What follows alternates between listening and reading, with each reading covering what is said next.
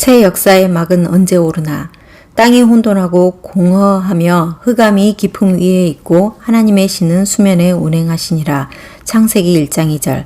하나님께서 세상을 창조하실 때 이 세계가 어떠했는지에 대해 창세기 1장 2절은 땅이 혼돈하고 공허하며 흑암이 깊음 위에 있었다고 증거한다. 공허하고 혼돈하며 흑암이 있었다는 것은 한마디로 카오스, 즉 무질서를 의미한다. 그 카오스 속에서 하나님의 새로운 역사, 창조의 역사는 시작되었다. 카오스가 코스모스, 즉 우주의 질서로 새롭게 바뀌게 된 것이다.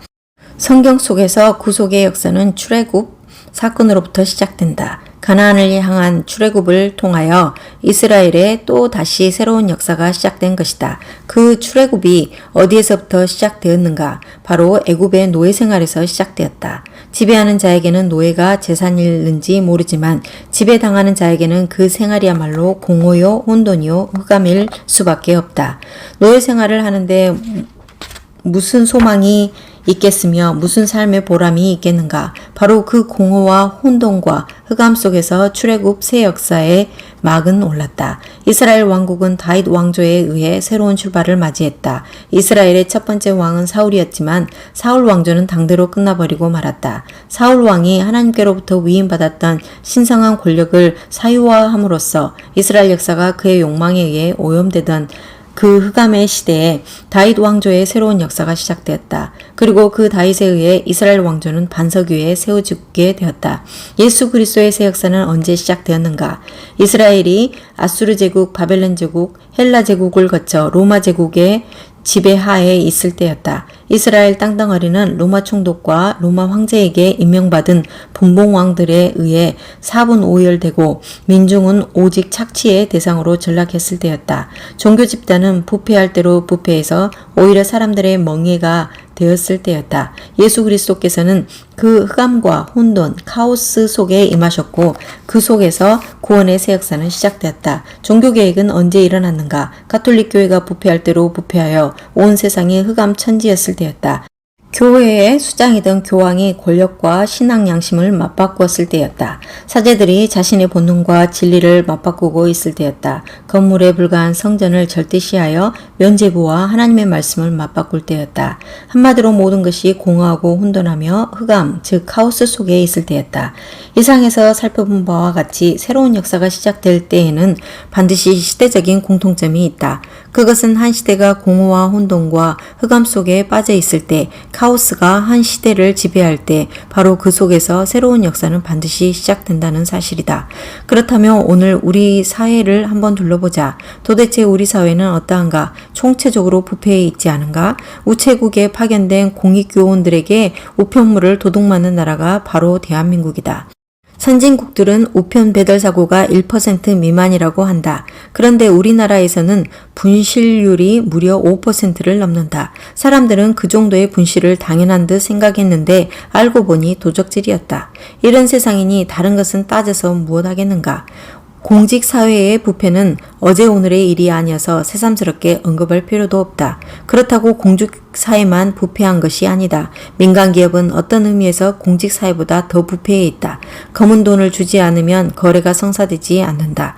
교육계라고 해서 예외는 아니다. 어린아이들의 70% 이상이 자기들의 부모가 거짓말하며 산다고 믿는 세상 속에서 우리는 살아가고 있다. 돈만 있으면 주택가에도 얼마든지 술집이 들어설 수 있는 나라이기에 이사를 가려면 그 동네가 활락가나 우범지대는 아닌지 먼저 따져보아야만 하는 비극적인 시대이기도 하다. 언젠가 둘째 아이가 학교에 가려고 현관을 나서다 말고 갑자기 아빠, 엄마 하며 큰 소리로 불러댔다. 집 마당 나뭇가지에 이상하게 생긴 새가 한 마리 앉아있는 것을 보고 감격해서 아빠 엄마도 함께 보자고 소리를 쳤던 것이다. 우리가 살고 있는 서울은 새 한 마리가 신기할 정도로 철저하게 자연을 상실한 공허한 시멘트 도시이다. 모든 것이 철저하게 카오스인 세상, 공허하고 혼돈한 흑암 속에서 우리는 살아가고 있다. 이것은 하루 이틀의 이야기가 아니다. 그렇다면 여기서 대단히 중요한 사실이 깨달아지지 않는가? 지금이야말로 이 카오스 속에서 하나님의 코스모스가 시작될 때이다. 머지않은 장래에 이 카오스 속에 새 질서, 새 역사의 막이 반드시 오를 것이다. 우리는 이 시대에 태어난 것을 하나님께 감사드려야 한다. 서구 선진사회를 여행하다 보면 우리의 조국인 대한민국이 한심하기 짝이 없어 보일 때가 많다. 그 사회와 우리 사회가 너무나도 비교되는 까닭이다. 그러나 다른 한편으로는 말할 수 없는 감사를 하나님께 드리게 된다. 이 나라가 카오스의 나라이기 때문에 우리는 하나님의 코스모스, 즉 새 역사의 일꾼으로 쓰임받을 수 있다는 사실 때문이다. 우리가 서구 선진 사회에서 태어났다면 그 속에서도 얼마든지 보람 있는 삶을 살 수 있을 것이다. 그러나 잘 짜여진 사회 속에서 아무런 도전 없이 살아가는 것보다 우리의 삶에 의하여, 우리의 믿음과 의지에 의하여 한 시대의 역사가 새로워지는 하나님의 코스모스의 도구로 살아갈 수 있다는 것은 얼마나 큰 시대적 은총인가. 총체적으로 카오스화되어 있는 이 세상 속에서 새 역사를 일구어가는 하나님의 도구가 되기 위해서는 늘 준비된 자가 되어야 한다. 새 역사는 준비된 자를 통해서만 이루어지기 때문이다. 그렇다면 무엇을 준비해야 하겠는가? 구체적으로 무엇을 길러야 하며 무엇을 경계해야 하겠는가? 먼저 길러야 할 것을 생각해보자. 첫째, 바른 시력을 길러야 한다. 사도행전에서 가장 중요한 인물이라면 말할 것도 없이 사도 바울이다. 사도 바울이 다마스커스 으로 가는 길에 예수 그리스도를 만나 눈이 멀었다. 그의 눈은 아나니아라는 사람이 찾아와 안수했을 때 비로소 다시 열렸다. 성경은 그 순간에 바울의 눈에서 비늘이 벗어졌다고 증거한다. 젊은 바울은 그 이전에도 세상을 분명히 보며 살았다. 그러나 그 모든 것은 비늘이 낀 눈으로 본 것이었다. 아나니아가 안수했을 때 그동안 끼어있던 세상의 백태, 세상의 비늘이 벗겨짐으로써 비로소 그는 보아야 할 것을 바로 보는 사람이 되었다. 그는 세상의 카오스 속에서 코스모스의 빛을 본 것이다. 흑암을 밝히는 예수 그리스도의 빛말이다. 40년 동안 미디안 광야에서 양치기로 전락한 채 살고 있던 모세가 어떻게 출애굽의 역사를 이루는 도구가 되었는가? 80세가 넘은 그의 눈으로 하나님을 보기 시작하면서부터였다. 하나님을 보기 시작하자 이집트의 군사력도 이집트의 힘도 두려울 것이 없었다. 홍해 앞에 서 있었을 때 모든 사람이 두려워했지만 그만은 그 위기 속에서 함께 하시는 여호와 하나님을 볼 수 있었다. 어떤 성도님이 내게 물었다. 인도네시아의 수하르토가 수백억 달러의 재산을 은닉했다는데 하루아침에 실각한 지금도 그 재산을 과연 지킬 수 있을까요? 내가 대답했다. 아니요. 그 재산은 반드시 없어집니다. 내가 그렇게 단언할 수 있었던 것은 하나님께서 살아계시기 때문이다. 두고 보라. 불의하게 번 수하르토의 재산은 반드시 없어진다. 혹시라도 그가 그것을 지킨다면 그 불의한 재물 때문에 그의 자식들이 반드시 썩어버리고 말 것이다. 그러므로 청년들이여 불의하게 흥황하는 자에게서 내일의 파멸을 보라. 오늘 정직하게 걸어가는 사람의 삶 속에서 하나님께서 주실 미래의 영광을 보라. 산 사람 속에서는 죽음을, 죽음 속에서는 영원한 생명을 보라. 바른 시력을 기르는 것으로부터 새 역사의 막은 오른다. 둘째, 바른 실력을 길러야 한다. 여기에서 실력이라는 것은 단순히 학문적인 실력만을 의미하지 않는다. 지식, 교양, 인격 등 모든 것을 포함하여 실력의 폭과 깊이와 높이를 비양해 가야 한다. 절대로 잊지 말라. 사도행전의 막은 베드로에 의해서 열렸지만 예수 그리스도의 촛대는 베드로에 의해서 사도 바울로 옮겨갔다. 사도 바울이 없었더라면 사도행전은 결코 완결되지 않았을 것이다. 베드로와 바울의 차이가 무엇인가? 바울은 바른 실력을 길렀던 사람이다. 그는 하나님의 말씀을 깊이 깨달을 수 있는 실력을 가지고 있었고 말씀을 바르게 적용할 수 있는 실력을 가지고 있었을 뿐 아니라 말씀을 정확하게 표현할 수 있는 실력을 지니고 있었다. 신약성경 27권 가운데 무려 14권을 사도 바울이 썼다는 것은 결코 우연이 아니다. 그래서 혹자는 사도 바울이 없었다면 신약성경이 존재하지 못했을 것이고 신약성경이 없었다면 기독교 자체가 생성되지 못했을 것이라고 한다. 어떤 의미에서 그 말은 과장이 아닐 수 있다.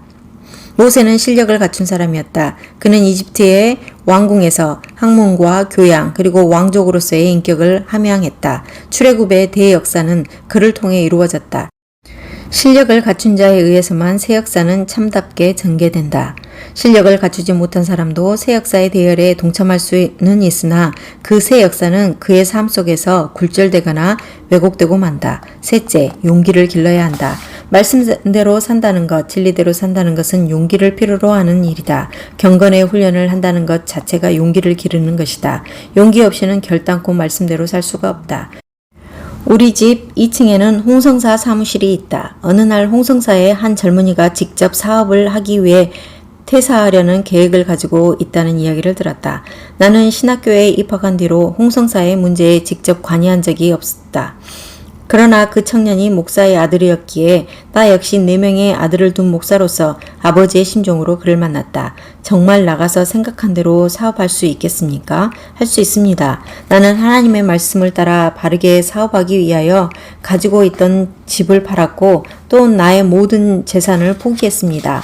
오늘날 홍성사가 단 1원의 탈세도 하지 않고 정직하게 운영될 수 있는 것은 결코 우연의 결과가 아닙니다. 오늘이 있기까지 내게는 참으로 많은 용기가 필요했습니다. 당신에게도 이 용기가 있습니까? 그렇다면 지금이라도 나가서 하나님 말씀대로 경영하고도 건재할 수 있는 기업을 또 하나 만드십시오. 그러나 지금 당장 그 용기가 없다면 이곳에서 몇 년 동안 그 용기를 기르십시오. 말씀대로 세상을 살아갈 용기가 있다면 구멍가게를 할지라도 그 가게는 이 세상을 밝히는 빛의 통로가 될 수 있다. 그러나 교회를 열심히 드나들지언정 진리대로 살아가는 용기를 배양하지 않는다면 또 한 사람의 바리새인이 될 뿐이다. 넷째, 있는 것을 소중히 여기는 마음을 길러야 한다. 다윗이 골리앗을 쓰러뜨릴 때 사용했던 것은 최신 병기가 아니라 늘 손에 익숙하던 시냇가의 돌멩이였다. 모세가 출애굽의 대업을 이룰 때 사용했던 것 역시 엄청난 액수의 군자금이나 군대가 아니라 손에 쥐고 있던 지팡이였다. 볼품없어 보이지만 지금 있는 것, 그것을 통하여 하나님께서는 모세에게도 다윗에게도 그의 역사를 이루셨다. 한국이 낳은 가장 걸출한 세계 바둑기사로 자타가 공인하는 이창호 국수에 대해 모 일간지가 분석기사를 게재한 적이 있었다. 이창호 국수가 태어나서 자란 전주를 찾아가서 그가 자라온 모든 장소들을 두루다니던 기자는 중요한 사실을 하나 발견했다. 이창호 국수의 조부와 부친은 대를 이어서 60년 동안이나 시계방을 경영하는 분들이었다. 그러니까 그는 태어났을 때부터 수많은 시계들의 똑딱거리는 소리를 들으면서 자랐던 것이다. 바둑을 좋아하는 사람은 다 알겠지만 이창호 국수의 장점은 끝내기에 있다. 대개의 사람들은 바둑을 잘 두어 나가다가도 초입기에 들어가면 이를 그르치고 만다. 그런데 이창호 국수는 초입기에 들어갈 때 상대적으로 더 강해진다. 어릴 때부터 들었던 초침 소리이기에 긴장할 까닭이 없는 것이다. 그러니 초입기가 아무리 길어져도 그가 당황하지 않는 것은 너무나 당연하다. 이창호 국수가 성장하기 전까지는 혹 어린 마음에 시계방 아들이라는 것이 때로 부끄러웠을는지 모르겠다. 그러나 그는 시계방 아들이었기 때문에 오늘날 세계를 제패하는 국수가 되었다. 사랑하는 청년들이여, 지금 옆에 계신 부모님의 처지에 감사하라. 지금 그대들이 처한 환경에 감사하라. 지금 그대들에게 주어진 여건에 감사하라. 하나님의 새 역사는 지금 그대들에게 있는 바로 그것을 통해서 시작된다. 마지막으로 자기에게 맞는 옷을 선택하는 능력을 길러야 한다. 많은 사람들이 자기에게 맞지 않는 옷을 입고 싶어하고 더 좋은 배우자, 더 좋은 직책, 더 많은 수입을 기대한다. 다윗이 골리앗을 무찌르겠다고 나섰을 때 사울은 다윗에게 자신의 갑옷을 입혀주었다. 그러나 그 갑옷을 입고 걸어본 다윗은 이내 벗어던지고 평소에 입던 목동의 옷을 입고 나가 승리를 거두었다. 만약 다윗이 사울의 그 거추장스러운 갑옷을 입고 나갔더라면 결코 돌멩이로 골리앗을 명중시키지 못했을 것이다. 그러나 다윗이 이스라엘의 장군이 되고 왕이 된 이후에도 목동의 옷을 입었던가? 그렇지 않았다. 장군이 되었을 때는 장군의 옷을 입었고 왕자의 앉을 때에는 왕의 옷을 입었다. 아무리 보기 좋은 옷이라도 남이 입는다고 해서 따라 입으면 안 된다. 내가 입을 옷이 따로 있고 입을 때가 따로 있다. 남들이 보기에 좋은 배우자라고 해서 절대로 행복해지지 않는다. 아직 능력이 없는데 높은 지위에 앉는 것은 모두를 망치는 첩경이다. IMF 시대를 전후해서 물거품처럼 쓰러져간 재벌 회사들의 공통점은 능력 없는 2세들이 총수의 자리에 있었다는 것이다. 그들은 총수의 옷을 입지 말았어야 했다. 단지 재벌 총수의 아들로 태어났다고 해서 20대부터 능력을 갖춘 재벌 총수가 된다는 법은 절대로 없다. 그들이 그 옷을 10년 혹은 20년 후에 입는 지혜가 있었던들 그처럼 허무한 결과를 초래하지는 않았을 것이다. 이번에는 경계해야 할 5가지를 생각해보자. 첫째, 자신의 자랑거리를 경계해야 한다. 세상 모든 것에는 반드시 명과 암이 있다. 밝은 것에만 도취해서 그것만 자랑하다가는 자신도 모르는 사이에 어둠의 함정에 빠지게 되고 만다. 이스라엘의 초대 왕이었던 사울에 대해서 사무엘상 9장 2절은 이렇게 증거한다.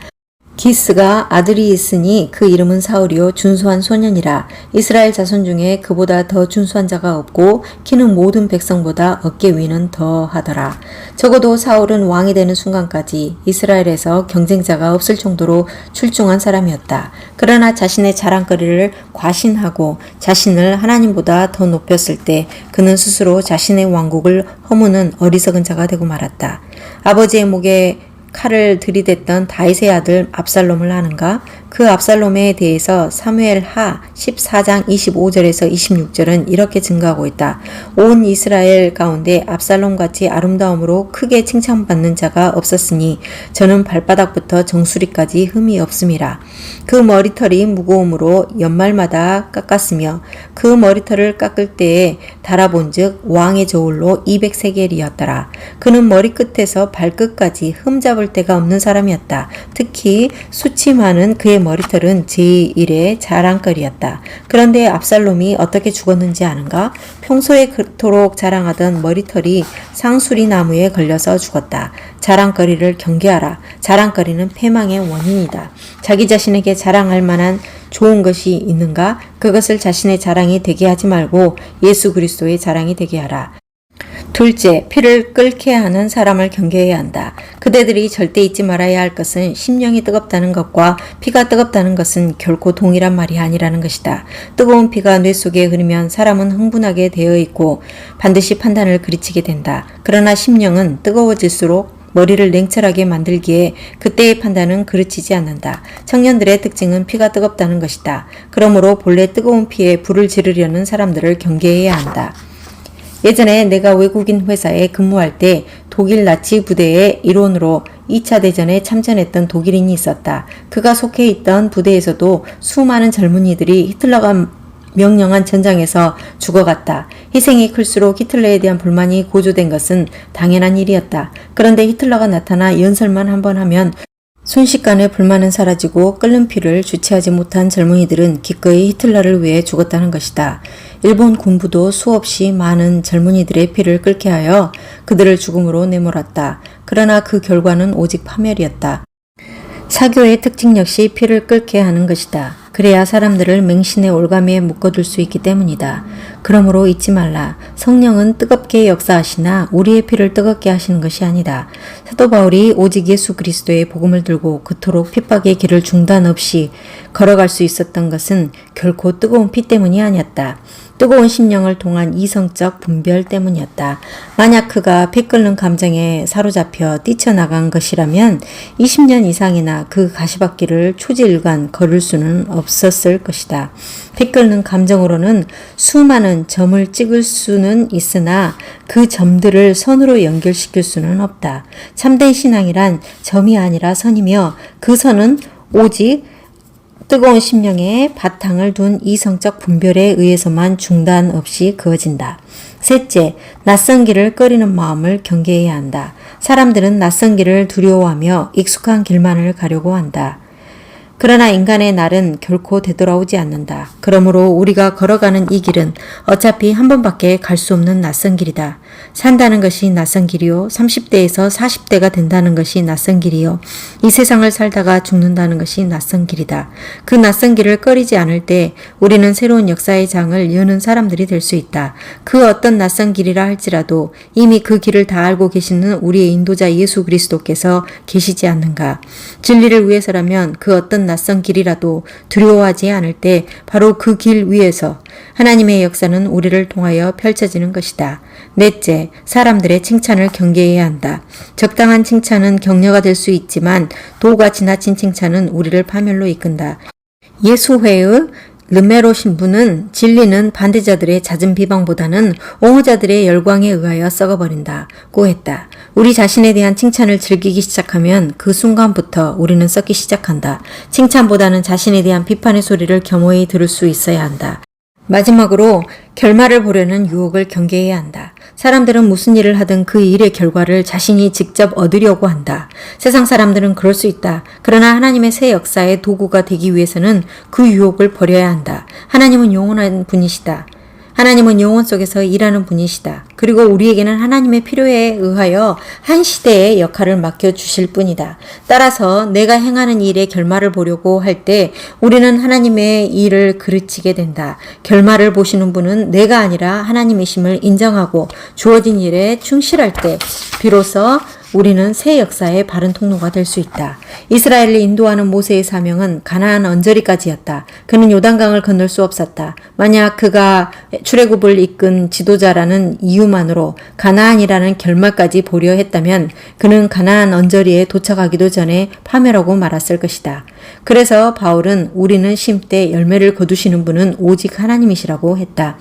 사랑하는 청년들이여 준비된 사람들이 되라. 하나님 아버지께서는 결코 이 시대만을 위하여 그대들을 부르신 것이 아니다. 이 나라의 100년 후, 200년 후의 장래가 오늘 그대들이 어떤 씨를 뿌리고 어떤 삶을 추구하느냐에 따라서 결정된다는 것을 잊지 말라. 하나님의 역사도 민족의 장래도 영원하다. 그대들이 준비된 자가 되어갈 때 이 카오스의 세상 속에 하나님의 새 역사는 기필코 펼쳐질 것이다. 바로 그대들을 도구로 삼으셔서 말이다.